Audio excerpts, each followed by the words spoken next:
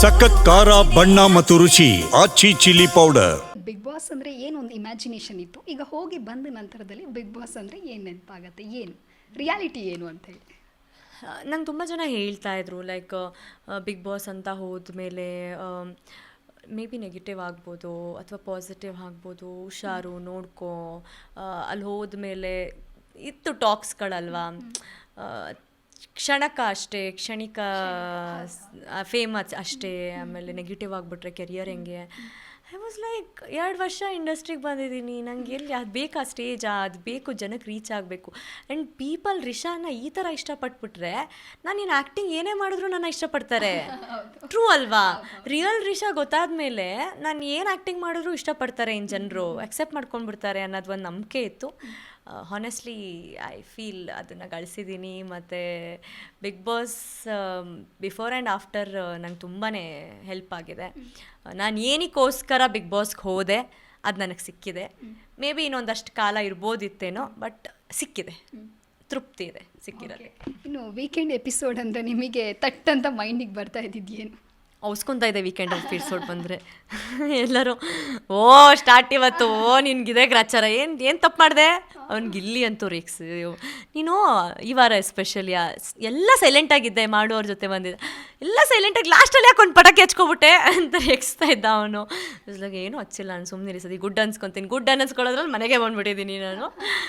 But ಅದು ತುಂಬ ಎಲ್ಲೋ pressure ಬಿತ್ತು ನನಗೆ. ಅಂದರೆ ಏನು ಮಾಡಿದ್ರು ನಾನು ತಪ್ಪಾಗ್ತಾ ಇದೆಯಾ, ಹೆಂಗೆ ಆಡಿದ್ರು ತಪ್ಪಾಗ್ತಾ ಇದೆಯಾ, ನಾನು ಇಲ್ದಿರೋ ವ್ಯಕ್ತಿಯಾಗೂ ನಾನು maybe it was a good call ನಾನು ಆಚೆ ಬಂದಿದ್ದು. ನಿಜ ಹೇಳ್ತೀನಿ, ನನಗೆ ಅದಕ್ಕೆ 1% ರಿಗ್ರೆಟ್ ಇಲ್ಲ. ಯಾರೇ ಬದಲಾಗೋಕ್ಕೂ ಒಂದು ಟೈಮ್ ಅನ್ನೋದು ಬೇಕು, ಒಂದು ಪ್ರೋಸೆಸ್ ಅನ್ನೋದು ಬೇಕು. ನನಗೆ ಮನೇಲಿ ಆ ಪ್ರೋಸೆಸ್ ಇದ್ದಿದ್ರೆ, ನನಗೆ ಭಯ ಏನಿತ್ತು ಅಂದರೆ ಆ ಪ್ರೋಸೆಸ್ ಜರ್ನಿಲಿ ಮತ್ತೆ ಬಸ್ಟ್ ಔಟ್ ಆಗಿಬಿಟ್ಟಿದ್ರೆ ನಾನು ಅದು ಯಾವ ಮಟ್ಟಿಗೆ ಆಗ್ತಾಯಿತ್ತು, ತುಂಬ ಕಷ್ಟ ಆಗ್ತಾಯಿತ್ತು. ಯಾಕಂದರೆ ಅದಕ್ಕೊಂದು ಟೈಮ್ ಬೇಕು, ಓಪನ್ ಸ್ಪೇಸ್ ಬೇಕು ನಾನು ಚೇಂಜ್ ಆಗೋಕ್ಕೆ. ಅಲ್ಲೇ ನಾನು ಚೇಂಜ್ ಆಗ್ತೀನಿ ಅನ್ನೋದು ತುಂಬ ಕಷ್ಟ. ಅದು 2 ವಾರ ನಾನು ಹಿಡಿದಿಮ್ದು ಒಂದು ಅಷ್ಟು ದಿನದ ತಾಳ್ಮೆ ಒಂದು ದಿನ ಬಸ್ಟ್ ಆಗಿಬಿಟ್ಟಿದ್ರೆ people would have not accepted me ಯಾರ್. ಅದೊಂದು ಕಳ್ಕೊಂಡ್ಬಿಡ್ತಾ ಇದ್ದೆ ನಾನು. 1 ವಾರ ಇರ್ತೀನಿ ನನ್ನ ಕೋಪದಲ್ಲಿ ಅಂದ್ಕೊಂಡೊಳಗೆ 5 ವಾರ ಚಾನ್ಸ್ ಸಿಕ್ಕಿದಾಗ ತೃಪ್ತಿ ಇದೆ, ಖುಷಿ ಇದೆ, ಎಂಜಾಯ್ ಇದೆ ಅಷ್ಟೇ.